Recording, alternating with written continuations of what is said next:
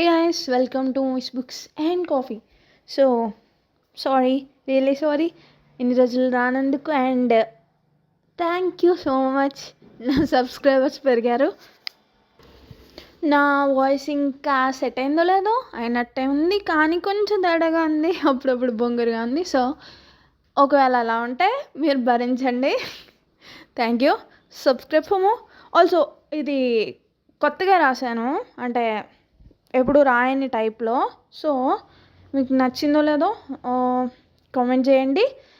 మిగతా విషయాలు స్టోరీ అయ్యాక మాట్లాడుకుందాం. ఇప్పుడు లాగ్ అయిపోతుంది. అలానే ఒక స్టోరీని డిఫరెంట్ క్యారెక్టర్స్తో ఆర్ ఒక క్యారెక్టర్తో అయినా చదవడం కొంచెం వెరైటీగా ఉంది. అంటే పాడ్కాస్ట్ ఆడియో బుక్స్ ఎట్లాగే ఉంటాయి. నా వాయిస్ ఇంకా సెట్ కాలేదు, సారీ. ఇలానే ఉంటాయి. సో ఇలా కంటిన్యూ చేయడం ఆర్ ఇంకేదైనా డిఫరెంట్ టైప్ది చూస్తాను. అంటే నాకు ఇలా చదవడం అంత ఏమో చూద్దాం. ఓకే, స్టోరీ ముందు లిటిల్ నోట్ అబౌట్ స్టోరీ. ఇందులో ఏదైనా క్యారెక్టర్ అందం గురించి వివరణ ఉంటే అది వాళ్ళు ఇలా ఉన్నారు అన్న డిస్క్రిప్షనే, కానీ అందం అంటే ఇది అన్న బాక్స్ కాదు, రైటర్ పాయింట్ ఆఫ్ వ్యూలో.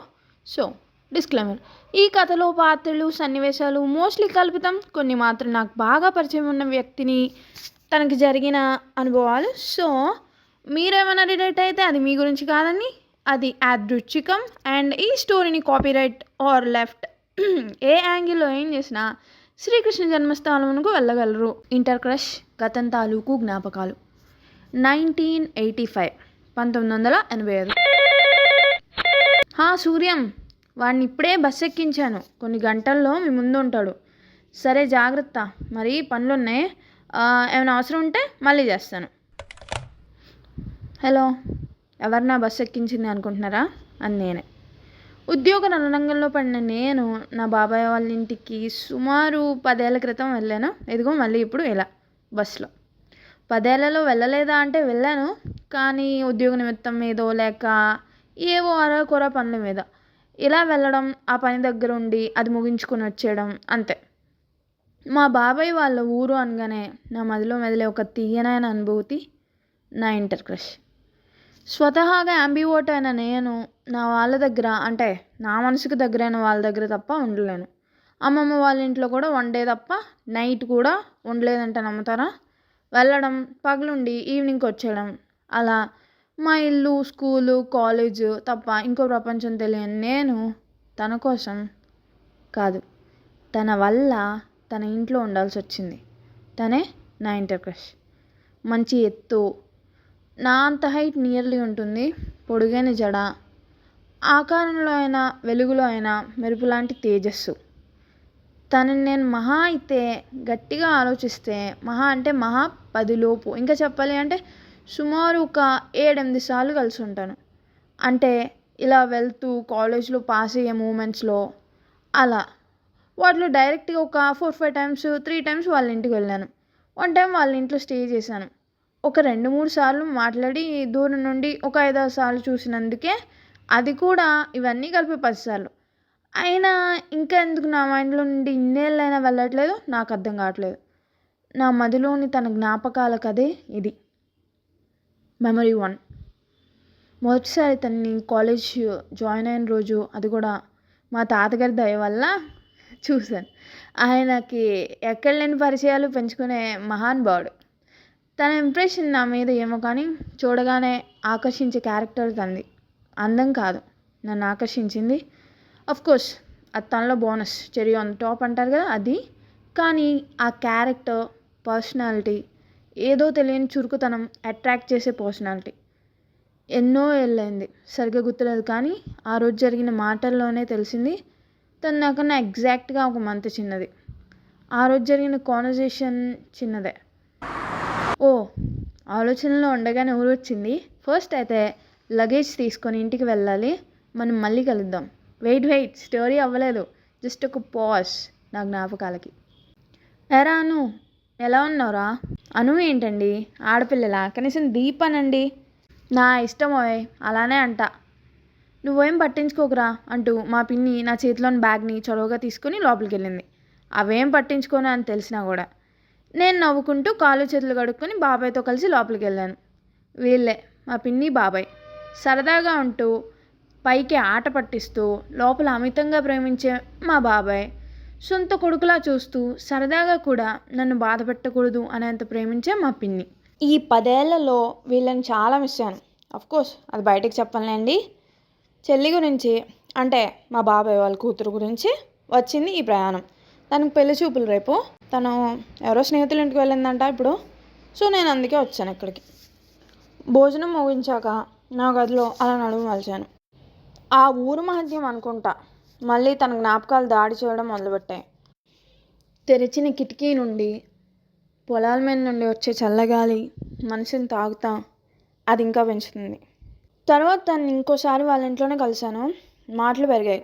చాలా చురుకైన అమ్మాయి, చాకచక్యం, ఫుల్ ఎనర్జెటిక్ మోడ్. ఇంకొన్ని అభిరుచులు పంచుకున్నాం. ఇక్కడ ఒక జ్ఞాపకం చెప్పాలి, మెమరీ 2. దీనికి కొన్ని నెలల ముందే నేను కాలేజ్లో జాయిన్ అయ్యే ముందు ఒక సినిమా రిలీజ్ అయింది. చాలా ఫేమస్ యాక్టర్స్ సినిమా. అలానే వాళ్ళు చాలా హిట్ పేరు.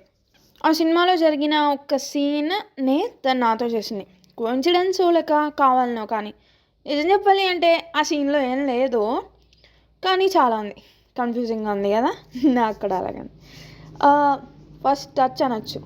ఆ మూవీలో సీన్లో హీరోని స్మూత్ సడల్ వేలో తాకనట్టు మిల్లీ సెకండ్లో తాకే సీన్ ఉంటుంది. మ్యాటర్ని సీరియస్గా తీసుకోవడానికి ఏం లేదు, అలానే వదిలేయడానికి లేదు.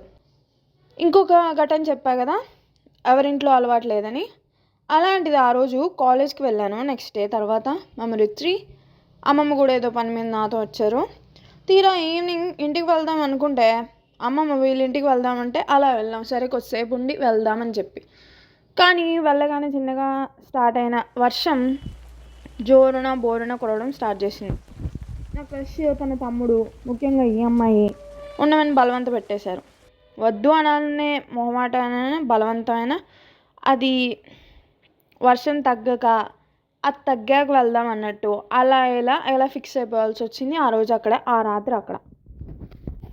ఎవరి ఆలోచనలో ఎలాంటి కల్మషం లేని మనసులు, మైండ్లు. అలా భోజనాలు అవి ముగించాక మేము పిల్లల ముగ్గురం, నేను ఆ అమ్మాయి వాళ్ళ తమ్ముడు మేడ మీదకి చేరాం. అలా అక్కడ చేపలు వేసుకొని పడుకొని వాళ్ళ తమ్ముడు మధ్యలో, తను అటు నేను ఇటు. తన తమ్ముడు ఎప్పుడు నిద్రపోయాడో ఆ చందమామను చూస్తూ వెన్నెల వెలుగులో ఎన్నో కబుర్లు ఆడుకున్నాం.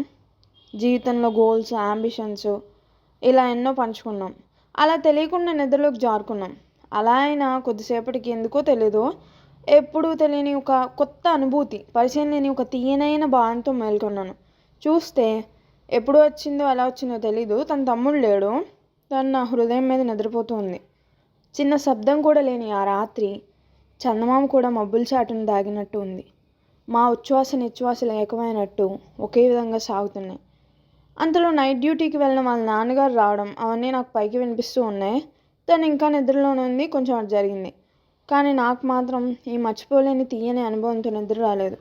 నా లైఫ్లో మర్చిపోలేని మంచి మెమరీస్, ఎస్పెషల్లీ రొమాంటిక్గా మేబీ ఉన్న ఓ ఏకైక మెమరీ అనుకుంటే ఇది. సో ఎప్పటికీ గుర్తుపండిపోయే సిచ్యువేషన్ ఇది. ఇందుకే తనని ఇంకా మర్చిపోలేకపోతున్నానో ఏమో మరి. తర్వాత వాళ్ళ ఇంట్లో ఉండటానికి ట్రై చేసి నా ఫీలింగ్స్ ఎక్స్ప్రెస్ చేద్దామన్నా కుదరలేదు. అలా నా కాలేజ్ వాటిలో పడి ఛాన్స్ రాలేదు. ఇది జరిగిన 2 yearsకి తన ఫోన్ నెంబర్ కనుక్కొని కాల్ చేశాను, మాట్లాడాను. కానీ ఏమో ఎందుకో అనిపించింది వన్ సైడ్ ఏమో అని. ఆయన ఎక్స్ప్రెస్ చేయకుండా ఉండే టైప్ కాదు.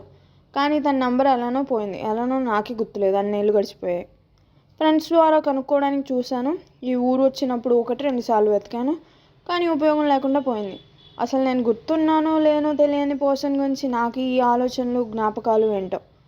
కానీ ఇది మోస్ట్లీ మనందరం అట్లీస్ట్ కొంతమంది అయినా రిలేట్ అయ్యే సిచ్యువేషన్ కదా. అసలు మనం ఒకరు ఉన్నాం, ఇంత వెతుకుతున్నాం అనుకునే పర్సన్స్ అసలు మనల్ని గుర్తుపెట్టుకున్నారో తెలుసో లేదో, అసలు ఇప్పుడు ఎక్కడున్నారో, ఏం చేస్తున్నారో. అన్నయ్య వస్తున్నారాదా? నా ఆలోచనల ప్రవాహానికి, నా జ్ఞాపకాలకి కొంచెంసేపు తలుపులు మూసి కిందకి వెళ్ళాను. సో గైస్, ఇది ఎండ్ ఆఫ్ ద స్టోరీ. ఎలా ఉంది?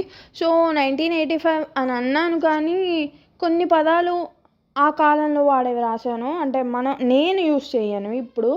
అలానే కొన్నేమో నేను యూజ్ చేసేవే రాశాను. ఎందుకంటే ఇదేమో నేనేదో పెద్ద ఆథర్‌ని కాదు. ఇది పబ్లిష్డ్ బుక్ కాదు. సో, అట్లా మిక్స్ చేశాననమాట.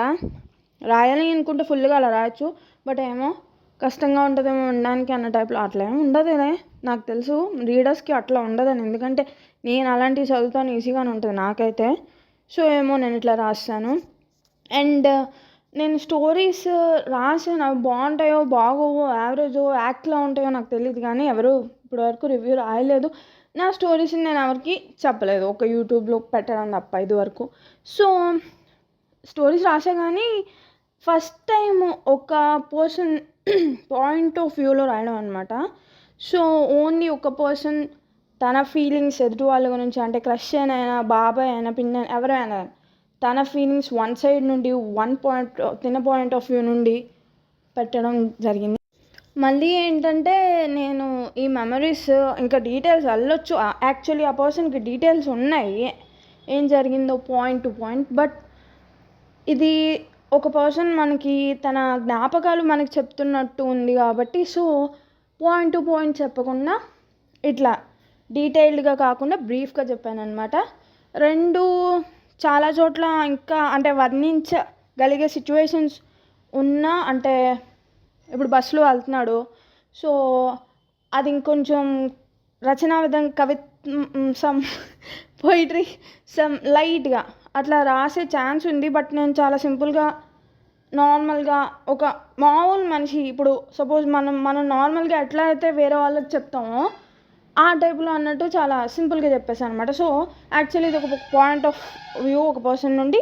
సో తను ఇట్లా చెప్పాడు అంతే. అందుకనే ఒక రచనకి రాసే టైప్లో అట్లా రాయలేనమాట. సో మీ అభిప్రాయాలు చెప్పండి. అసలు ఎవరైనా ఇంత పొడుగు ఇది విన్నారా?